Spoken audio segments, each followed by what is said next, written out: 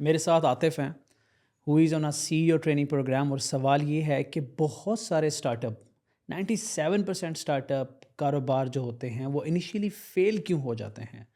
और अक्सर स्टार्टअप तो ऐसे फ़ेल होते हैं जिसके अंदर उस स्टार्टअप को स्टार्ट करने वाले के पास स्किल भी होता है, नॉलेज भी होता है, वो पैशनेट भी होता है, फोकस भी होता है, फिर भी कामयाबी क्यों नहीं मिलती, फिर भी स्टार्टअप ये फेल क्यों होते हैं। ख़ास तौर पे यंग जनरेशन ये क्यों सुनने को मिलता है, हमने ये किया, ट्राई किया, वो नहीं हुआ, तो फिर हमने ये ट्राई किया, ये नहीं हुआ, तो फिर हमारे पैसे वहाँ डूब गए, हमारा टाइम वहाँ लग गया। ये सब कुछ कहाँ से आता है, इसकी मेजर रीज़न क्या है कि आजकल यंग जनरेशन में ख़ास तौर पे आजकल ज़्यादा से ज़्यादा स्टार्टअप जो हैं वो फ़ेल हो रहे हैं। मोस्टली स्टार्टअप जो हैं वो फ़ेल हो जाते हैं। मैं एक टॉपिक पे बात करना चाहता हूँ, एक वर्ड पे, और वो है सब्र, पेशेंस। अब सब्र जो है ना, ये समझने की ज़रूरत है कि सब्र in in the field of technology सब्र कैसे आता है, सब्र कैसे किया जा सकता है। क्योंकि अगर आप टेक्नोलॉजी में एग्रेसिव डिसीजन नहीं लेते, फास्ट डिसीजन मेकिंग नहीं करते, आप तब भी पीछे रह जाते हो। और अगर आप सब्र नहीं करते तब तो आप अपना बिल्कुल ही कबाड़ा कर बैठते हो।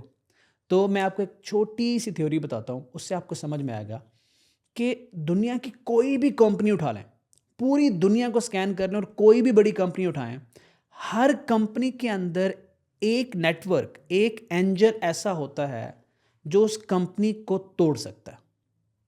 हर कंपनी के अंदर वो कभी नजर नहीं आता, फ्रंट पे नहीं होता वो। मैं I am not talking about leader, I am not talking about the founder, I am not talking about the CEO, I am talking about कि हर कंपनी के अंदर एक ऐसा नेटवर्क होता है। आप इलॉन मस्क को देखेंगे, कई कंपनियों से उसको छुट्टी कराई गई, ठीक है, कई हुँ। स्टार्टअप उसके फेल हुए, वो सामने नहीं आते। अभी ओपन एआई का इंसिडेंट भी हुआ, आपने वो भी देखा। आप कोई भी कंपनी उठाएं, तो जब मैं ये बात समझा रहा था तो आतिफ ने मुझसे सवाल किया, तो सर अगर आपकी कंपनी में कोई ऐसा नेटवर्क है जो आपकी कंपनी तोड़ सकता है, तो फिर आप उसको ख़त्म क्यों नहीं करते। तो दो चीज़ें समझते हैं, वो नेटवर्क क्या है, हम उसे ख़त्म क्यों नहीं करते, और सब्र की क्या वैल्यू होती है, और सब्र ना करने पर नुकसान कितना बड़ा होता है। Let me explain that in detail. ये नेटवर्क कौन होता है, मैं इससे पहले आपको एक एग्जांपल देता हूँ। आपके पास गाड़ी है या बाइक है, उसके अंदर जो टायर लगाए गए हैं ना, वो आपको तेज़ चलाने के लिए लगाए गए हैं, बट वो आपको मार भी सकते हैं। गाड़ी के अंदर जो इंजन होता है, जो पूरी गाड़ी बनाई गई है, वो आपके सफ़र में आपको आराम देने के लिए और वो सफ़र में आपका वक्त बचाने के लिए बनाई गई है, पर वही चीज़ आपको मार भी सकती है। क्यों? कि जब आप सब्र नहीं करेंगे, जब आप इम्पेशेंट होंगे, आप जल्दबाजी से काम करेंगे, कैलकुलेशन नहीं करेंगे, तो वही चीज़ आपको मार देगी। इसका ये मतलब नहीं है कि जो वो नेटवर्क है वो तबाह करने के लिए बनता है। ये नेटवर्क है क्या? आप केयरफुली समझ लें, ये लाज़मी होगा, आपने इसको फेस करना है अपने स्टार्टअप में। कुछ की लोग होते हैं जो एक दूसरे के साथ कनेक्टेड होते हैं और वो कंपनी में बहुत की पोजीशंस पे बैठ के होल्ड कर रहे होते हैं। क्योंकि दुनिया का कोई भी फाउंडर एंड सीईओ एक सर्टेन लेवल से ऊपर जाके हर चीज़ खुद से कंट्रोल नहीं कर सकता। दुनिया का कोई भी फाउंडर और सीईओ, क्योंकि ह्यूमन ने ब्रेन की एक लिमिट है ना।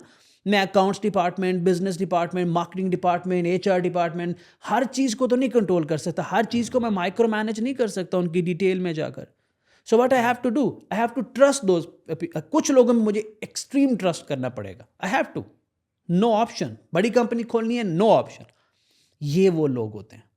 एक वीडियो हम और रिकॉर्ड करेंगे, ये लोग लाए कैसे जाते हैं, बनाए कैसे जाते हैं, वो एक सेपरेट टॉपिक है। बट ये वो लोग होते हैं और ये लोग नीचे से कनेक्टेड होते हैं। एक सेंटिमेंट होता है, मैनेजरियल सेंटिमेंट होता है, वो ऊपर रहता है। एक होता है वर्कर सेंटिमेंट। याद रखना, किसी भी आप लेबर वाली कंपनी में जाओ ना, एक लेबर लेबर पे ज़्यादा वो करती है, हुँ। एक दूसरे को ज़्यादा समझते हैं, और मैनेजमेंट मैनेजमेंट को ज़्यादा समझते हैं। ये सेंटिमेंट हमेशा हर कंपनी में एग्जिस्ट करता है। उस लेयर के लोग आपस में कनेक्टेड होते हैं। अब आता हूँ मैं सब्र पे। जब आपने मुझे बोला ना कि सर सब्र, सब्र अगर आपने गलतियां करके सीखना है, क्योंकि मैंने इससे सवाल किया कि सब्र कैसे सीखा जाता है, कहता है पास्ट एक्सपीरियंस से। गलत, प्लीज़। क्योंकि बाज़ औक़ात अपने पास्ट एक्सपीरियंस से जब आप सीख के सब्र करना सीखते हो, तो इतनी बड़ी गलतियां भी आप करते हो, आप ज़मीन से नहीं उठ पाते। खुदा ना खास्ता आपने अपनी बेसब्री की वजह से, मिसकैलकुलेशन की वजह से उस नेटवर्क को इफ़ेक्ट कर दिया, तो 4 साल 5 साल की एफर्ट आपकी मट्टी में मिल जाएगी। अब आप उसके बाद सब्र करना तो सीख लोगे, पर 5 साल पीछे भी तो चले जाओगे, तो सब नुकसान तो कर लिया ना। तो फिर सवाल ये पैदा है कि अगर सब्र इतना ज़रूरी है, तो सब्र कहाँ से सीखना है? ज़रा गौर से सुनें, हमें दीन में सब्र कहाँ से सीखने में सिखाया गया? हमें हज़रत बिलाल से सब्र सीखने के बारे में बताया गया। हमें नबी पाक सल्लल्लाहु अलैहि वसल्लम की ज़िंदगी से सब्र की तलकीन की, उनकी हार्डशिप्स के बारे में बताया गया। हमें हर सक्सेसफुल आदमी की स्टोरी मिलती है, उसके पीछे उसके सब्र से देखता है। आपने उनकी गलतियों से सीखना होता है सबसे पहले। आप एक स्टार्टअप बिल्ड करने जा रहे हो, उस स्टार्टअप को बिल्ड करने के लिए जो लोग बिल्ड कर चुके हैं उन्होंने क्या गलतियां की, जब आप उनसे सीख लोगे, उनके सब्र से आप ड्राइव कर लोगे, तो शायद आपको वो इतनी भारी कीमत दे के सब्र नहीं करना पड़ेगा। कभी आप जो है ना नॉर्दर्न एरियाज में, तो अक्सर ना उन्होंने एक क्रश्ड किस्म की गाड़ी, टूटी फूटी एक्सीडेंटल गाड़ी रोड पे रखी होती है। अभी नोटिस किया आपने कि कभी जाए तो एक टूटी हुई गाड़ी, एक्सीडेंटल गाड़ी रोड पे रखी होती है, ताकि आने वाला ड्राइवर जब उस गाड़ी को देखता है उसको अंजाम नज़र आता है कि मैंने अगर जल्दबाजी की तो मेरा अंजाम इस गाड़ी जैसा हो सकता है, इसलिए वो सब्र करता है। अब उसके अंदर सब्र जो है ना, एक्सीडेंट करके नहीं आ रहा, उसके अंदर सब्र उस गाड़ी, एक्सीडेंटल कुचली हुई गाड़ी को देख के आ गया। अब वो ये नहीं कह रहा कि सब्र सीखने से पहले मैं अपने तजर्बे से सीखूंगा। क्या एक्सीडेंट करा के सब्र सीखेगा? तो कारोबार के अंदर, टेक्नोलॉजी के अंदर पर्टिकुलरली, आपके अंदर ये एबिलिटी होनी चाहिए, आपके अंदर वो आंख होनी चाहिए कि जो दूसरे की गलती से सीखे। तो आप कम से कम गलतियां करोगे और आप सब्र ज़्यादा से ज़्यादा सीखोगे, उससे आपके अंदर वो एबिलिटी ज़्यादा से ज़्यादा आएगी। सो अगर आपको कोई ऐसा कनेक्शन मिल गया ज़िंदगी में तो उसको यूटिलाइज़ करें, नहीं मिला ढूंढें, you have to search it. Otherwise यही वजह है आजकल हमारा जो यूथ है वो रिसर्च पे टाइम वेस्ट करना पसंद ही नहीं करता। वो ये समझता है ये जो सामने वाला कंपनी खोल के बैठा है ना, इसका तो लगा है तुक्का, मैं इससे ज़्यादा टैलेंटेड हूँ। अल्लाह कभी किसी को ऐसे नहीं देता। और मुझे ये बात रिसेंटली पता चली। मैं हमेशा कहता था यार अल्लाह ने मुझे जो दिया ना, मैं तो इसके काबिल ही नहीं था, अल्लाह ने मुझे दिया, मैं इसके काबिल ही नहीं था। मैं हमेशा कहता हूँ, आज भी अब पता है कि जो है अल्लाह की तरफ से। लेकिन एक बात मुझे डॉक्टर साहब ने समझाई कि भाई अल्लाह ने अगर दिया है ना, चुप करके ले लो। अल्लाह को ज़्यादा पता है कि तुम किस काबिल हो, तुमसे ज़्यादा पता तुम्हारे बारे में तुम्हारे रब को है कि तुम किस काबिल हो। अगर अल्लाह ने दिया, चुप करके ले लो, तुम हो इस काबिल एक्चुअली। हाँ, ये उसकी मेहरबानी है, वो रहमान है, तो ले लो।